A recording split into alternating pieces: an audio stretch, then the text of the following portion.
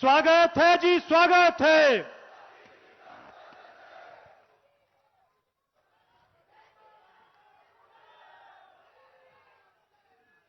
भारत माता की,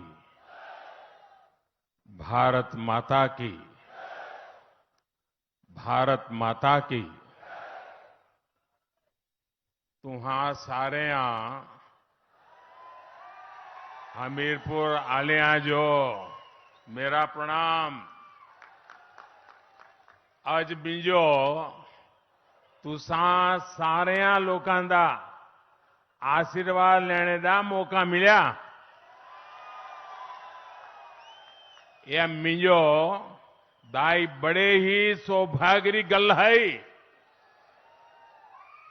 मेरा तुसा सारे जो एक बारी फिर हत्था जोड़ी करी प्रणाम।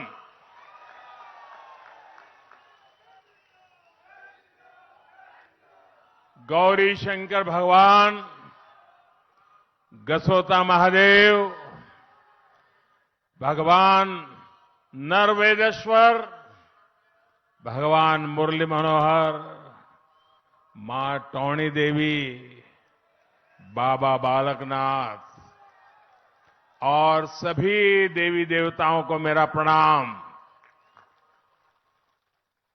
भाइयों और बहनों, हमीरपुर के साथ साथ बिलासपुर, ऊना, कांगड़ा से भी आप सब बहुत बड़ी तादाद में यहां आए हैं। हम सबको आशीर्वाद देने के लिए आए हैं। मैं आपका आभार व्यक्त करता हूं। उसके साथ साथ टीवी के माध्यम से, मोबाइल फोन पर ऑनलाइन जो भी साथी जुड़े हैं उनका भी मैं अभिनंदन करता हूं। साथियों, आपने हमारे लिए इतना समय निकाला। हम सभी सुजानपुर के लोगों के, हिमाचल के लोगों के बहुत बहुत आभारी हैं। साथियों, एक कार्यकर्ता के रूप में अनेक बार इस पूरे क्षेत्र में मुझे भ्रमण करने का, यहां को समझना, यहां की समस्याओं को समझना, यहां की शक्ति को समझना, अनेक परिवारों के साथ उठना बैठना, यानी ये मेरे जीवन का एक क्रम था। ये मेरा सौभाग्य रहा। गुजरात के मुख्यमंत्री के रूप में भी यहीं पर इसी चौगान में मुझे आपके आशीर्वाद प्राप्त करने का अवसर मिला था। अभी प्रधान सेवक के रूप में फिर एक बार आपसे आशीर्वाद लेने आया हूं। हमीरपुर की यादें अनगिनत यादें हैं, लेकिन अणु में जो पंडिता दी हट्टी है, वहां की बेसन की बर्फी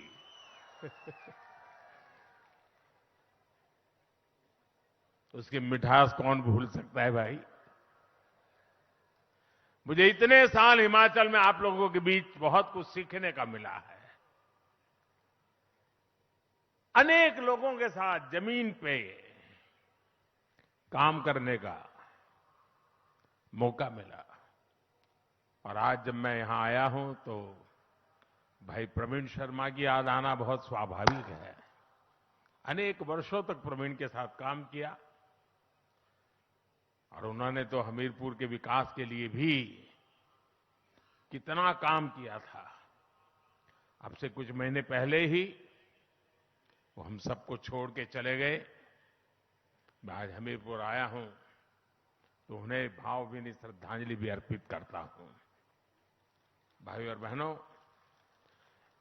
जितना मैं हिमाचल को जानता हूं, यहां के लोगों को जानता हूं, ये कह सकता हूं कि इस बार हिमाचल के लोग खुद ही ये चुनाव लड़ रहे हैं, खुद ही चुनाव का नेतृत्व कर रहे हैं और दोबारा जयराम जी की सरकार बनाने का यहां हिमाचल की जनता ने फैसला कर लिया है।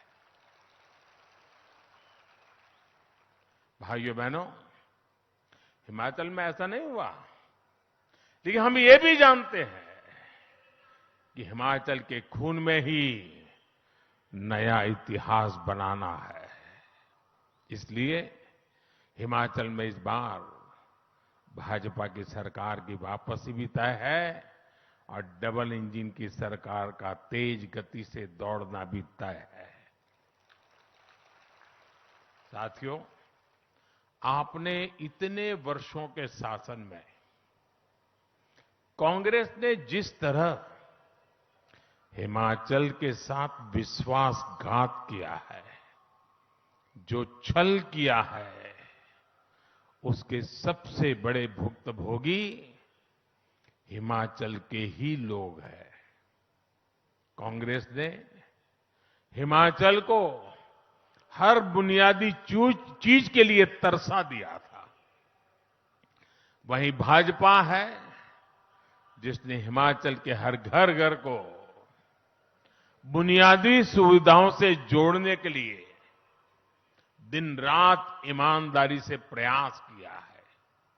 इस वजह से आज हिमाचल के लोग, पूरे देश के लोग भाजपा पर इतना विश्वास करते हैं। भाजपा पर देश का ये भरोसा लगातार मजबूत होता जा रहा है। अभी 2-3 दिन पहले ही देश के कुछ राज्यों में उपचुनाव के परिणाम आए हैं। आपने देखा होगा कि जहां कभी भाजपा को बहुत कमजोर माना जाता था, वहां भी लोगों ने कमल का फूल बढ़ चढ़ करके खिला दिया है। लेकिन कांग्रेस जहां बहुत ताकतवर होती थी, सरकार में होती थी या तो कभी मुख्य विपक्षी दल होती थी, वहां की कांग्रेस की स्थिति दिनों दिन बिगड़ती ही जा रही है।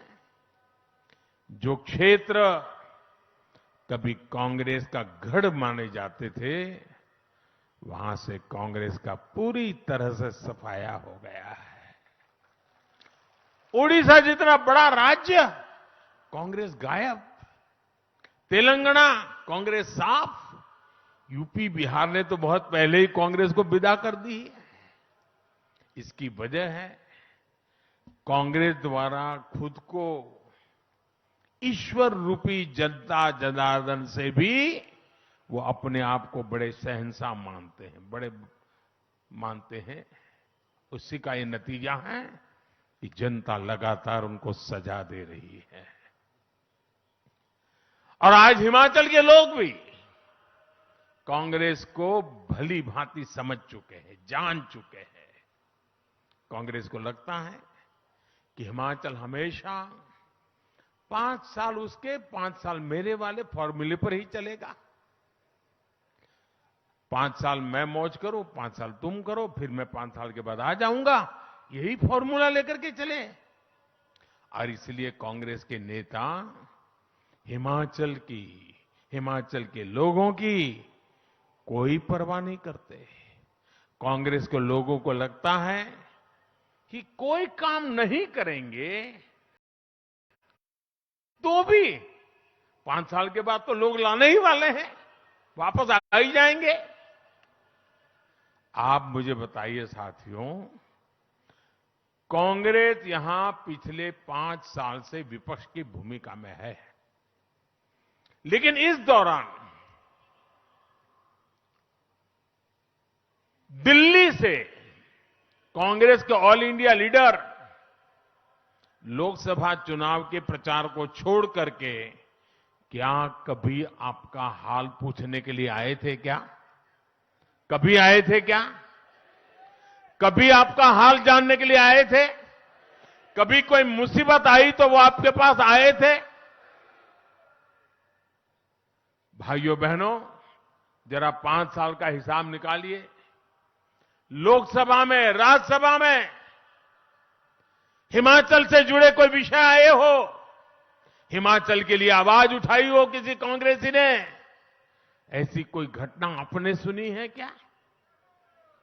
भाइयों बहनों, आपकी चिंता इनको 5 वर्षों तक इसलिए नहीं आई क्योंकि इनको भरोसा था कि हिमाचल तो 5 साल के बाद कुर्सी दे ही देता है, मेहनत करने की क्या जरूरत है, लोगों की परवाह करने की क्या जरूरत है, रिवाज है, काम हो जाएगा। भाइयों बहनों, जो विपक्ष तक का काम जिम्मेवारी नहीं से निभा सकते, विपक्ष के नाते आपके सवालों को लेकर के जो हिलते भी नहीं है, वे सरकार में आने के बाद आपके लिए क्या करेंगे? भाइयों, ऐसे लोगों पे भरोसा कर सकते हैं क्या? इसलिए अब हिमाचल के लोगों ने भी ठान लिया है कि अब तो कांग्रेस को हिमाचल से बिस्तरा बोरिया उठा करके निकालना ही पड़ेगा। और इसलिए हमारे भाइयों बहनों, आज ये देवभूमि पुकार रही है, आज ये देवभूमि कह रही है, भाजपा को फिर वापस लाएंगे, हर बूथ पर कमल खिलाएंगे। भाई और बहनों, आज आपसे बात करते हुए मैं इस क्षेत्र की वीर माताओं के योगदान को भी नमन करता हूं। यहां से तो हमारे उम्मीदवार खुद ही फौजी हैं, उन्होंने राष्ट्र रक्षा के लिए पूरा जीवन समर्पित कर दिया। और मुझे अच्छा लगा कि मैं अभी आया हेलीकॉप्टर से यहां, तो मुझे वीर जवानों के साथ नमस्ते करने का मौका मिल गया और बहुत बड़ी तादाद में मेरे फौजी भाई बहनों को देख करके, क्योंकि मैं तो हर दिवाली उनके बीच मनाता हूं। भाइयों बहनों, ये वीर संतानों को जन्म देने वाली वीर माताओं का कद तो शायद ही कोई चुका सकता है, लेकिन सेवा का अवसर जब जब मिला, भाजपा ने कोई कसर नहीं छोड़ी है। अभी मैं करगिल गया था दिवाली मनाने के लिए, तो मैं हैरान था। मैं और धूमल जी करगिल गए थे, करगिल लड़ाई के समय।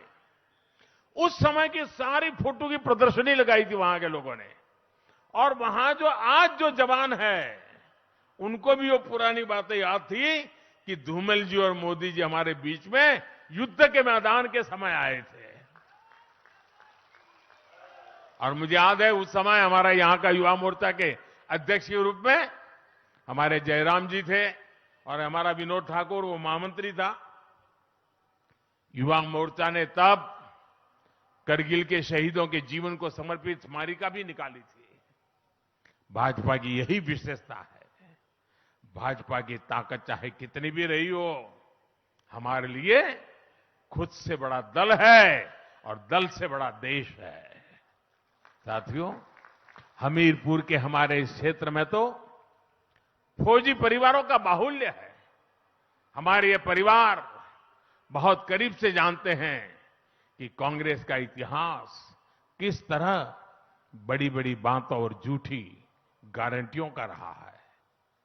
यही कांग्रेस है जिसके राज में हमारे फौजियों के पास पर्याप्त बुलेट प्रूफ जैकेट भी नहीं हुआ करते थे। यही कांग्रेस है जिसके राज में हमारे फौजियों के पास बर्फ में इस्तेमाल होने वाले अच्छे जूते तक नहीं थे। यही कांग्रेस है जिसके राज में बॉर्डर पर सड़कें नहीं बनाई जाती थी, बॉर्डर पर बसे गांवों को मूल सुविधाओं से वंचित रखा जाता था।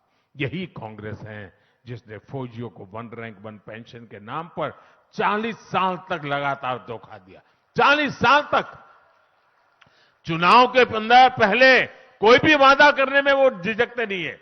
कुछ भी वादा कर दो, अभी भी कर रहे हैं, ढेर सारे वादे कर रहे हैं। आप याद करिए भाइयों बहनों, मैंने हिमाचल के फौजी परिवारों को वचन दिया था कि चाहे कुछ भी हो, 1 रैंक 1 पेंशन हम लागू करके रहेंगे। और हमने ना सिर्फ 1 रैंक 1 पेंशन को लागू किया, बल्कि इसका एरियर भी पूरे सम्मान के साथ दिया। आज आप जानकर हैरान रह जाओगे कि वन रैंक वन पेंशन की वजह से अब तक लगभग 60,000 करोड़ रुपया देश भर के हमारे फौजी परिवारों के खाते में गए और यह अतिरिक्त राशि गई है। और साथियों, आपको यह भी नहीं भूलना है कि यही कांग्रेस है जिसके नेता आर्मी चीफ का अपमान करते हैं, फौज के लोगों की तुलना गुंडों से करते हैं। यही कांग्रेस है जिसके नेता सर्जिकल स्ट्राइक पर सवाल उठाते हैं, हमारे वीर बेटे बेटियों के शौर्य को कटघरे में खड़ा करते हैं। भाइयों और बहनों, भाजपा की सरकार के लिए देश की सुरक्षा और सैनिकों की सुरक्षा सर्वोपरि है। इसलिए आज देश में ही आधुनिक अस्त्र शस्त्र निर्माण किया जा रहा है। कांग्रेस ने रक्षा घोटालों का जो तौर तरीका बना दिया था, उसको बदला गया है। अब तो बेटियों के लिए भी तीनों सेनाओं के हर मोर्चे भी उसको भी हमने खोल दिया है। यहां तो 5 ही सैनिक स्कूल भी है। हम सैनिक स्कूलों की संख्या भी बढ़ा रहे हैं और इनमें बेटियों को भी दाखिला मिल रहा है। हमारी सरकार पुलिस फोर्स और केंद्रीय सुरक्षा बलों में भी बेटियों को बहुत प्रोत्साहन दे रही है। मैं एक और आंकड़ा दूंगा, आप बहुत ध्यान से सुनिएगा। आजादी के बाद 2014 तक देश में पुलिस सेवा में लगभग 1 लाख बेटियां थी, यानी इतने सालों में 1 लाख बेटियां। हमने बीते 8 साल में ये संख्या लगभग 2.25 लाख हो चुकी है। 2.25 लाख, यानी 2 गुना से भी ज्यादा। इसी प्रकार केंद्रीय बलों में भी बेटियों की भागीदारी 17,000 से बढ़कर के 35,000 से ज्यादा हो चुकी है और ये लगातार बढ़ रही है। साथियों, बीते 8 वर्षों में महिलाओं की सुविधा, बेटियों की बढ़ाई और कमाई के लिए केंद्र सरकार ने लगातार काम किया है। इन्हें अब हिमाचल भाजपा नई बुलंदी दे रही है। आपने देखा होगा कि भाजपा ने महिलाओं के लिए इस बार एक अलग संकल्प पत्र जारी किया है और इसके लिए मैं हिमाचल बीजेपी को बधाई देता हूं। इसमें बेटियों की पढ़ाई लिखाई से लेकर हर प्रकार की सुख सुविधा को बढ़ावा देने का रोडमैप है। ये दिखाता है कि भाजपा महिलाओं की समस्याओं और उनसे जुड़े विषयों को लेकर कितनी प्रतिबद्ध है। माताओं, बहनों, बेटियों के लिए ऐसे काम तब किए जाते हैं जब मन में सेवा का भाव होता है, माताओं, बहनों, बेटियों की समस्याओं का एहसास होता है। आज पीएम आवास के घर में महिलाओं को हिस्सेदारी देने वाली भाजपा है। रसोई के धुएं से घर को मुक्त कर गैस कनेक्शन देने वाली भाजपा है। हर घर नल से जल देने का अभियान चलाने वाली भाजपा है। घर घर शौचालय की सुविधा बनाने वाली भाजपा है। घर घर सौभाग्य का बिजली कनेक्शन पहुंचाने वाली भाजपा है। कोरोना के इस मुश्किल समय में हर गरीब को मुफ्त अनाज देने वाली भी भाजपा ही है।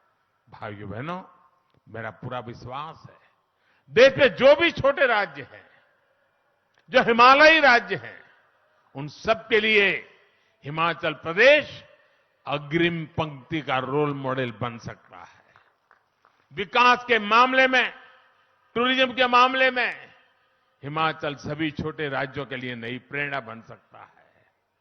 पहाड़ी राज्यों में जो कनेक्टिविटी होती है, रोड, रेल, रोपवे, इन सब चीजों में हिमाचल प्रदेश एक रोल मॉडल के रूप में आगे बढ़ सकता है और हम उसी तरफ पिछले 5 साल में लगातार ले जा रहे हैं और आने वाले 5 सालों में ये चीजें हम सिद्ध कर करके रहेंगे, ये मैं आपको विश्वास दिलाने आया हूं। जिस तरह से राष्ट्र रक्षा में हिमाचल प्रदेश अग्रिम पंक्ति में खड़ा रहता है, उसी तरह से विकास के मामले में भी उसे अग्रिम पंक्ति में खड़ा होना है। हमें हिमाचल को पूरे देश के लिए एक रोल मॉडल के रूप में विकसित करना है। पिछले 5 वर्षों में दिल्ली और हिमाचल में भाजपा की डबल इंजन सरकार ने इसी दिशा में प्रयास किया है।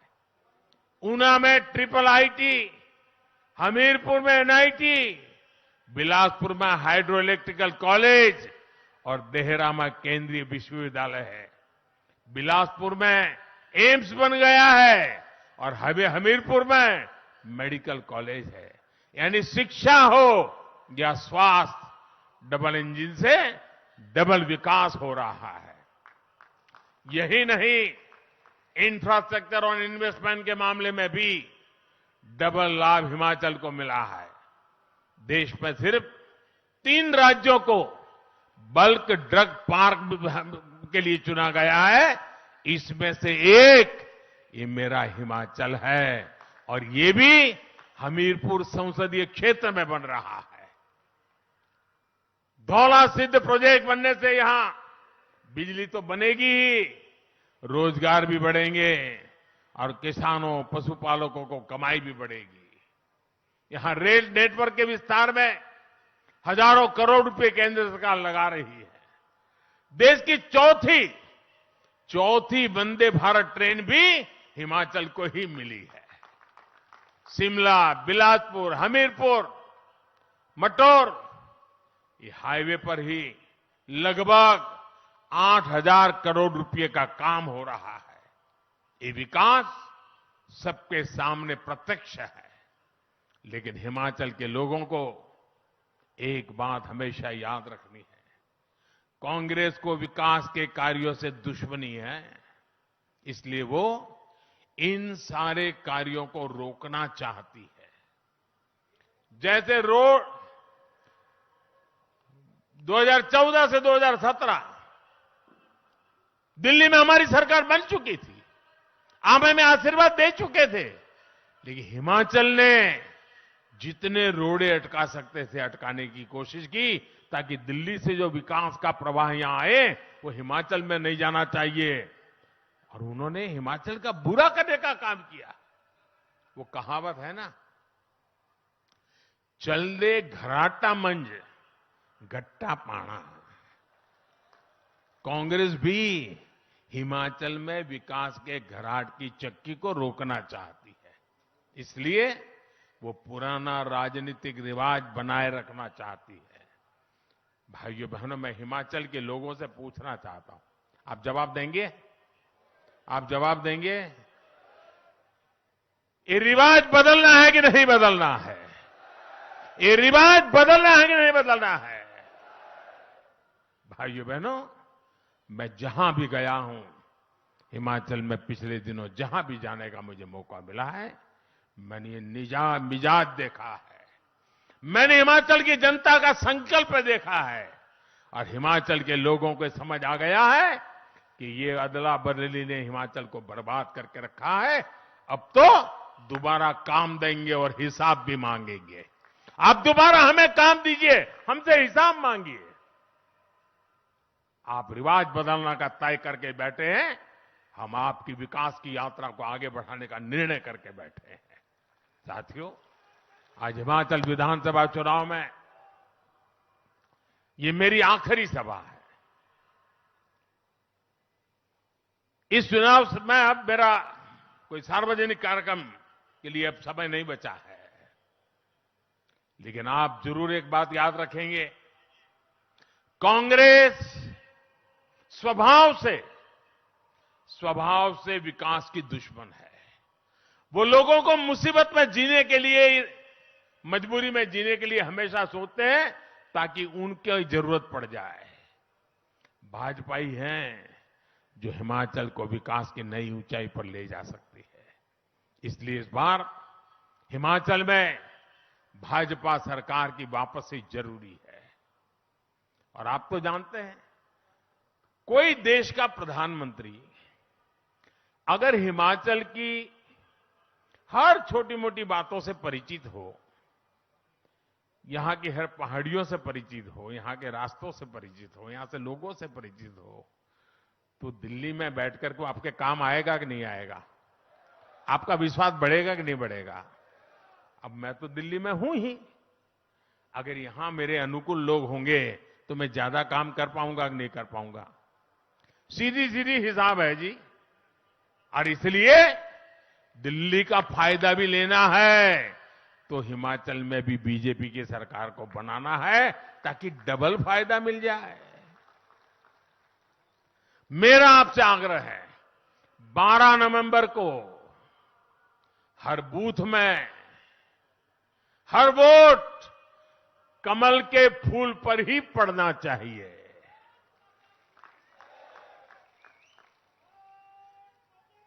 मेरी ये बात घर घर पहुंचाओगे आप? एक एक मतदाता को मिलोगे, घर घर जाकर के कमल के फूल पर बटन दबाने के लिए समझाओगे, ज्यादा से ज्यादा लोग वोट करें इसके लिए मेहनत करोगे। ठंड अगर आना शुरू भी हो जाए तो भी मतदान कम नहीं होगा, इसकी चिंता करोगे। अच्छा, हर घर जाओगे तो ये बात बताओगे ना कि मोदी जी सुजानपुर आए थे, आप सबको मिलने के लिए आए थे, लेकिन अगर आप नहीं आ पाए हो तो मोदी जी ने हर घर में, हर परिवार में अपना प्रणाम पहुंचाया है। मेरा प्रणाम पहुंचाओगे? हर घर में जाके बताओगे कि मोदी जी ने अपना प्रणाम पहुंचाया है? पक्का पहुंचाओगे? बहुत बहुत धन्यवाद। मेरे साथ बोलिए भारत माता की, भारत माता की, भारत माता की। बहुत बहुत धन्यवाद।